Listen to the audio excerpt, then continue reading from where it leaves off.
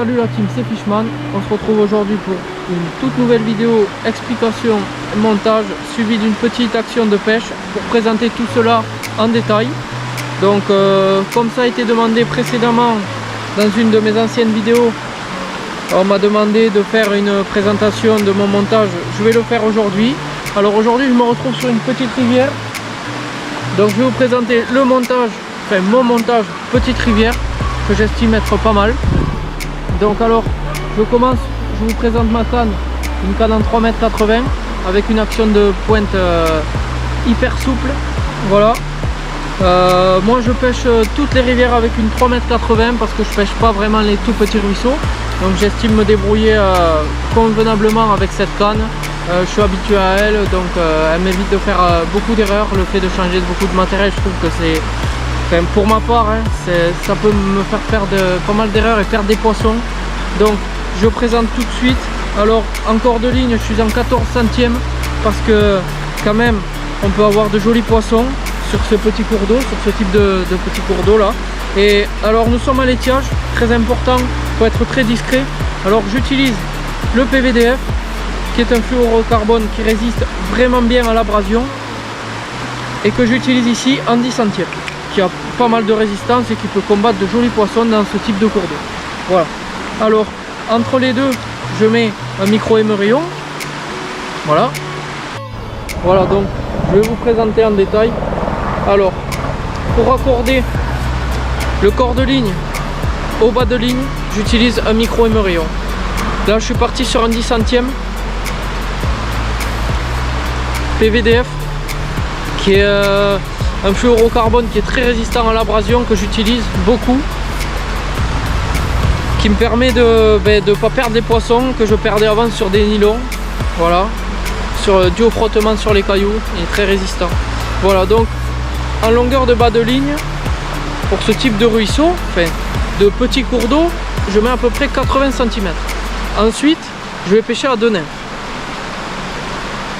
Là nous sommes à l'étiage, donc les poissons sont assez méfiants. Il faut vraiment décoller les nymphes l'une de l'autre. Les poissons font le mouvement pour aller chercher dans la couche d'eau. Donc pour ce type de petit ruisseau, je mets 35 cm entre les deux nymphes, entre la nymphe de pointe et la potence. Voilà, pour faire cette potence, j'utilise le nœud du chirurgien, pour ceux qui connaissent. Sinon vous avez des vidéos sur YouTube, puisque je pense que vous n'allez pas très bien voir à la caméra. Je vais le faire tout de suite.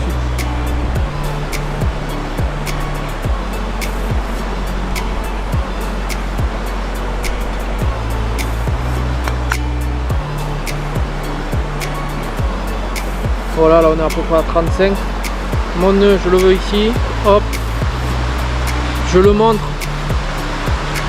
mais je sais que ça ne se verra pas bien. Je fais une boucle avec mes 2 fils. Je passe 3 fois dedans.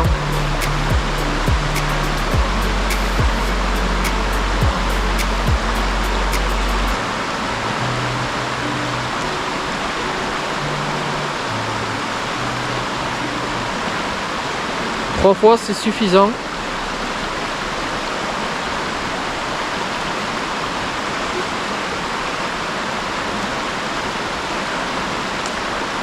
Hop. Quand je suis passé 3 fois dedans, je serre avant de serrer. J'humidifie, hop, et je serre. Donc si je peux vous présenter ça, j'ai le brin du bas qui part vers la pointe et j'ai le brin du haut qui remonte vers le corps de ligne. Je garde le brin du haut.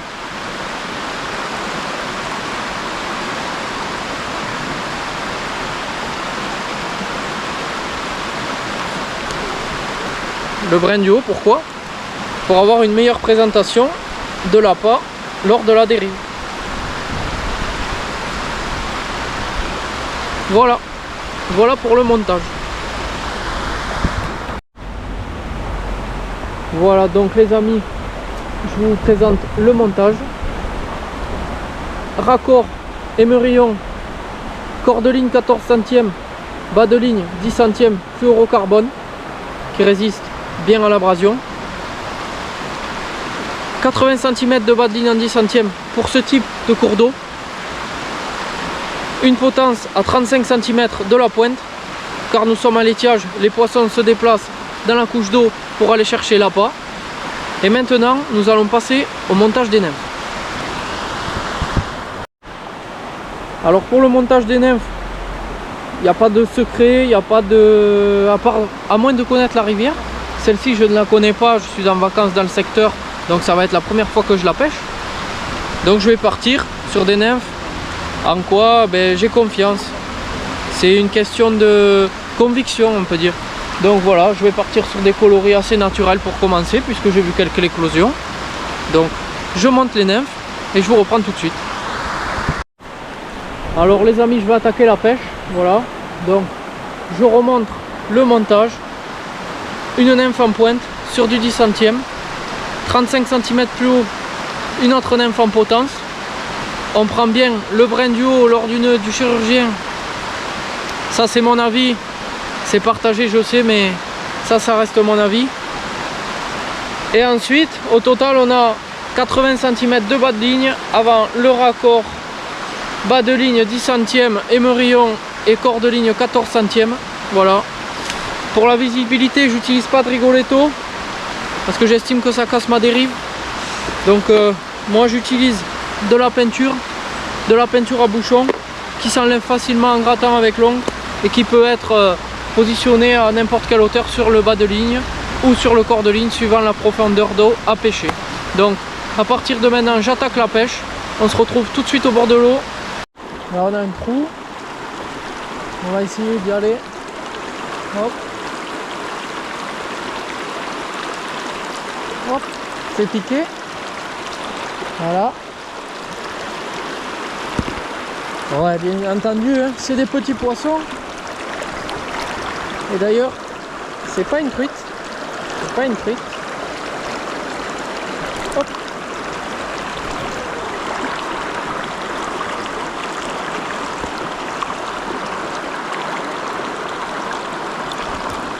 Qui m'a fait des nœuds de partout, de partout, de partout. C'est un tacon. Hop, allez.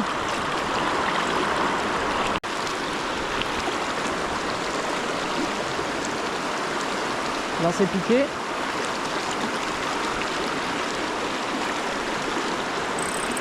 Là qu'est-ce que c'est? Ben encore, hein, je crois. Encore un saumon, un petit. Alors ça combat bien, mais au niveau, il n'y a pas mieux. Hop, voilà, il est décroché. Il n'y a pas mieux pour se faire mettre en rade les montages. Alors là, il n'y a pas mieux. Allez, on va essayer de piquer quand même une truite. Allez, on repart.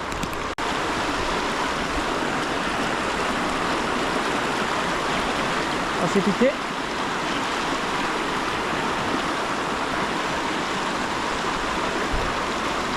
Et là, ce coup-ci, et encore. Hein.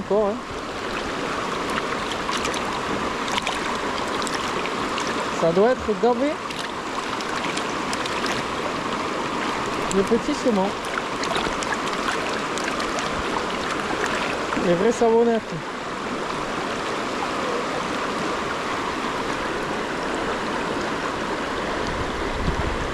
Qu'est-ce que ça y fait?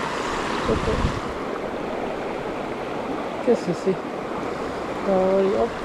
Voilà, deux petits saumons, il est joli. Hein.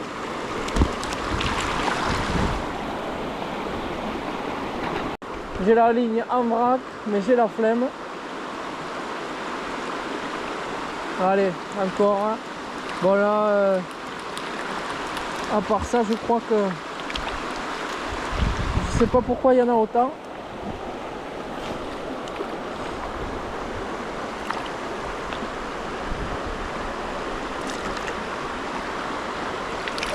Allez.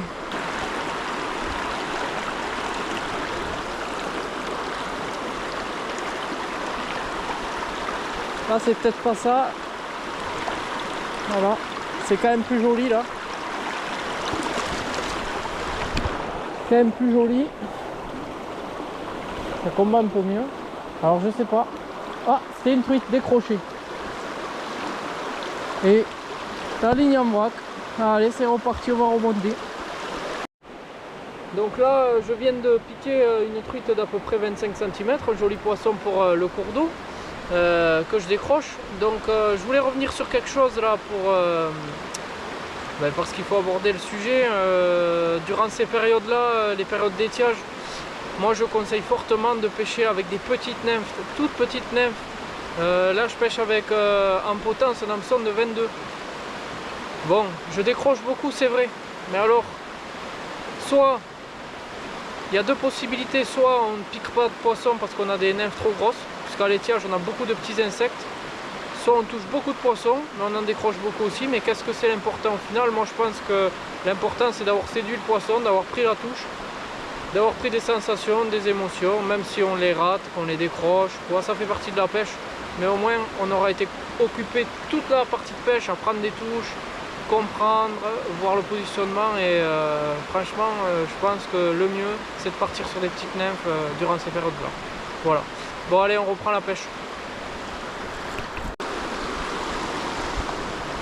Encore manqué. On va essayer d'y repasser. Ah.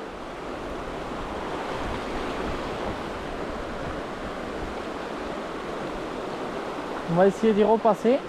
Oh là, c'est manqué encore. Hein. Ça, c'était encore un autre poisson. Bon, voilà, on peut le voir. Hein. Petite nymphe, on décroche, on prend de la touche. Mais on s'amuse. Mais on s'amuse.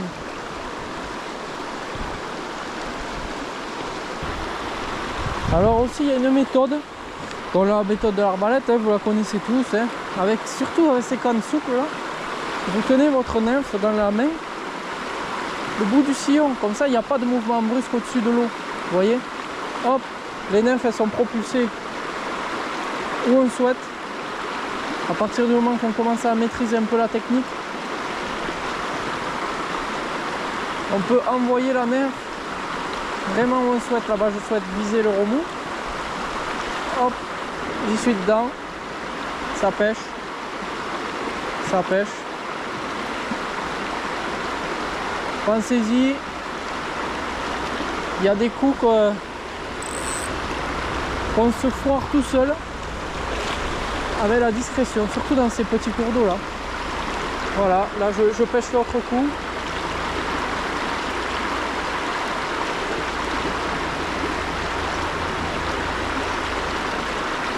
Je vais pêcher celui qui est encore un peu plus loin.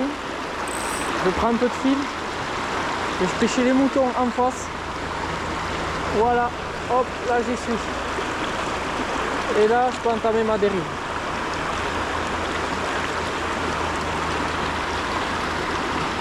C'était pas un poisson, c'était un caillou.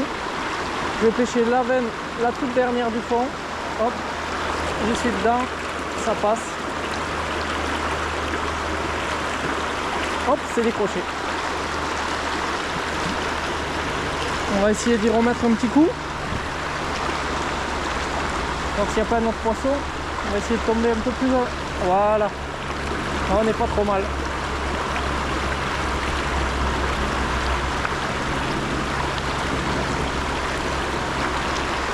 Allez, on va faire le coup du bas.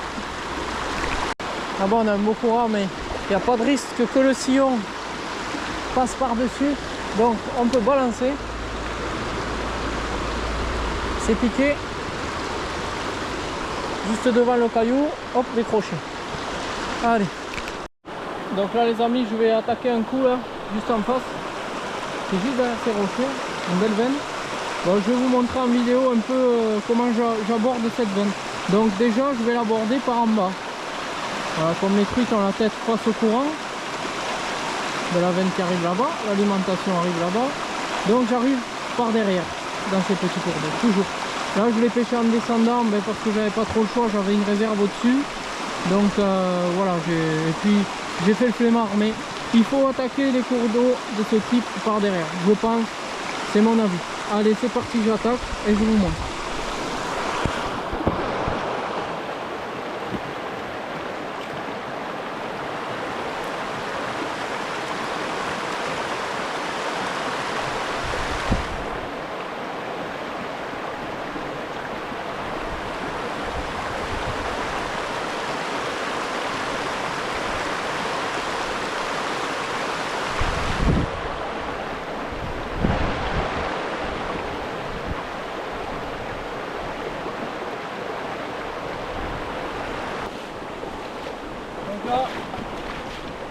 Là j'ai à nouveau 2 décroches. On va descendre plus bas. Il va falloir en sortir une. Allez, on descend plus bas. Là on a encore une jolie veine d'eau. Voilà. Juste devant.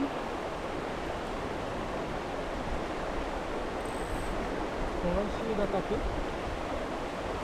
Voilà. Voilà, un petit peu. Hop. C'est pas trop. Voilà, ce truc là, c'est un tapon.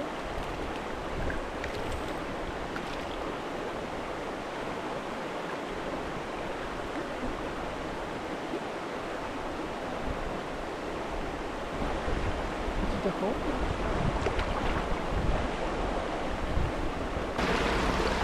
Un dernier passage.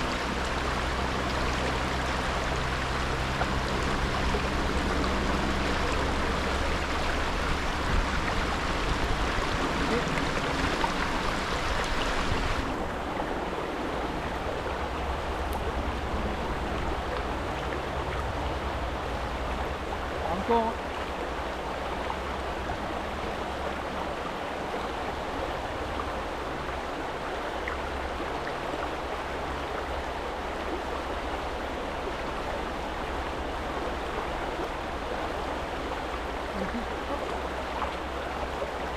Allez, on va faire un dernier coup et on va se rapprocher de la voiture. Allez, il en reste une à faire là. Je la fais très rapidement et je remonte à la voiture. Voilà.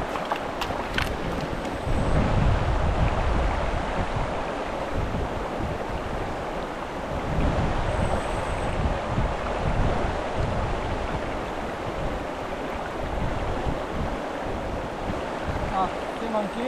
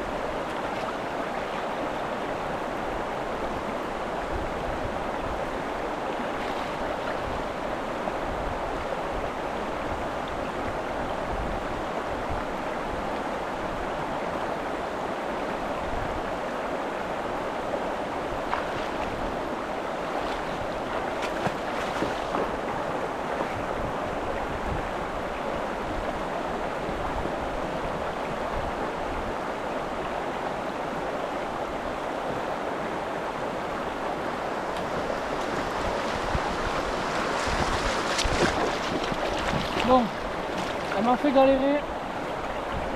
Je l'ai manqué une fois, mais je l'ai eu.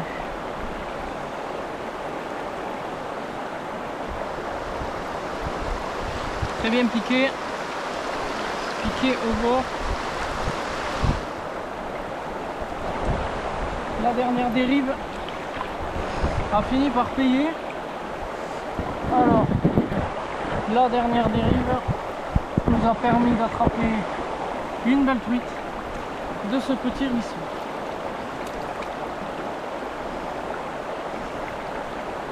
Voilà.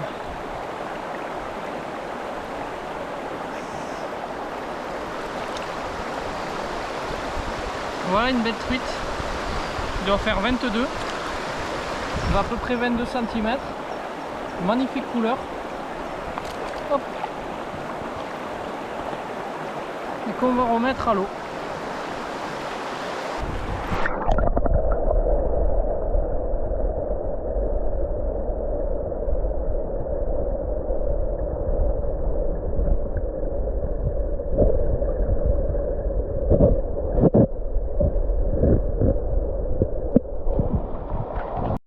Bon, retour au point de départ, là je viens de terminer la session, donc j'ai pris pas mal de poissons là comme on a pu le constater, beaucoup de tacons qui viennent perturber les parties de pêche, on va dire, à la truite, hein, puisque c'est des poissons qui sont assez voraces et qui se jettent assez vite sur l'appât.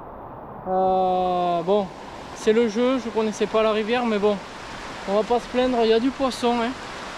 Les truites justement ça les protège, puisque quand les pêcheurs viennent pêcher, ben, les tacons prennent l'appât avant les truites et ça cale les poissons, donc c'est bien aussi, très bien pour la rivière. Donc je voulais quand même préciser que j'avais piqué plus de 75% des poissons sur la nymphe en hameçon 22. Bon, j'ai eu des décroches, beaucoup de décroches, je suis d'accord, mais je me suis bien amusé. Donc j'estime que c'est le principal. Donc j'espère que cette vidéo vous aura plu. J'en dis pas plus et je vous dis à une prochaine pour une prochaine vidéo. Ciao ciao.